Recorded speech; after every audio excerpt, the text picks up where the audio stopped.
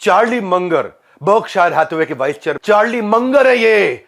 अद्भुत व्यक्ति हैं कि कोई ये आदमी कहां से कहां निकला। इसको बोलते हैं कैसे वैली से माउंटेन के पीक तक पहुंचना होता है। इसको बोलते हैं डिफिकल्टी से पॉसिबिलिटी क्रिएट करना। इसको बोलते हैं रिसेशन और डिप्रेशन से प्रोग्रेशन क्रिएट करना। 30 साल का बंदा, डिवोर्स, पूरी तरह से ब्रोक, गरीब, कर्जे के अंदर, ह्यूज डेट, बेटे का देहांत, कोई फैमिली नहीं, कोई फ्रेंड्स नहीं। 99% लोग अगर इस स्थिति में आएंगे या तो ड्रग एडिक्ट बन जाएंगे, अल्कोहलिस्ट बन जाएंगे, मेंटल ट्रॉमा में चले जाएंगे या सुसाइड कर लेंगे। चार्ली मंगर है ये।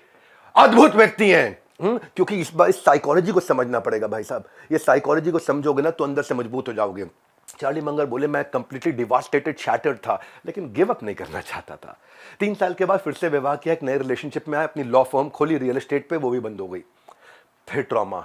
1 साल के बाद उसके बाद इन्वेस्टमेंट से काम किया, 6 महीने तक प्रॉफिट कमाया, वहां पे बहुत बड़ा लॉस हो गया, एक और ट्रॉमा। चार्ली मंगर की जिंदगी में समस्याएं आती रही, समस्या खत्म नहीं हुई। जब इनको क्या हुआ, कैटरैक्ट का जिस समय इलाज नहीं हुआ करता ढंग से, आई सर्जरी इनकी हुई। आई सर्जरी में डॉक्टर की गलती से आई सर्जरी फेल हो गई, पूरी तरह ब्लाइंड हो गए। डॉक्टर ने बोला दूसरी आंख भी जाने वाली है। अब ऑब्सेसिव रीडर, एक दिन में एक किताब पढ़ने वाला, बचपन से एक सुपर डुपर जीनियस, अब वो पढ़ नहीं सकता। उसके लिए लगा जैसे मेरे को जेल में डाल दिया, मुझे फांसी दे दी किसी ने। Never give up attitude. बोले मैं ब्राइल सीखूंगा। ब्राइल क्या होता है? जो विजुअली इंपेयर्ड व्यक्ति है वो बिना आंखों के हाथ लगा लगा के कैसे पढ़ सके। उन जमाने में, क्योंकि पढ़ना तो है मुझे, लेकिन उनको यूज नहीं करना पड़ा, क्योंकि जो दूसरी आंख थी वो चलती रही, वो उनके जीवन के आखिरी तक चलती रही। 100 साल के होने वाले थे, वो चलती रही। लेकिन स्ट्रेस था कि दूसरी ना चली जाए, दूसरी ना चली जाए। उस स्ट्रेस ने इनको कमजोर नहीं किया और मजबूत कर दिया। स्ट्रांगली मेंटली, मेंटली स्ट्रांग, काम और एकदम पेशेंट, फोकस्ड रहे कि मैं इन्वेस्टिंग स्किल सीखूंगा, इन्वेस्टिंग स्किल सीखूंगा।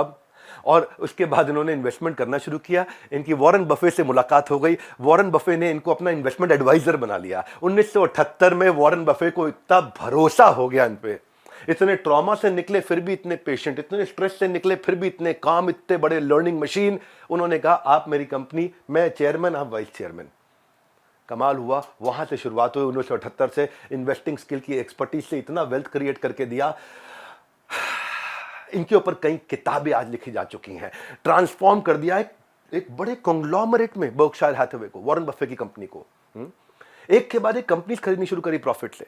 कई इंश्योरेंस कंपनी खरीदी, बीएनएसएफ जो रेल रोड था वो खरीदा। इन्होंने क्या किया, ये देखते थे एप्पल और कोका कोला जैसी कंपनी को ढूंढ के बड़ा पैसा उसमें इन्वेस्ट करते थे। मंगर ने बर्कशायर हैथवे के उस समय शेयर खरीदे थे $7 में। उस समय, आज $5.5 लाख का लगभग शेयर है। मंगलवार का बता रहा हूं मैं आपको।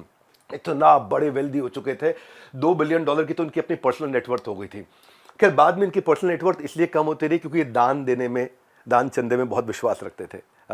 दुखी परेशान लोगों की मदद करने में विश्वास करते थे, तो अपने $2 बिलियन भी लगभग बांटते चले गए लोगों में। इसीलिए आज जो इन्होंने कॉन्ग्लोमरेट खड़ा किया, इनकी ही अपनी बर्कशायर हैथवे ने और वॉरेन बफे ने इनके सिस्टम को बोला मंगर ऑपरेटिंग सिस्टम।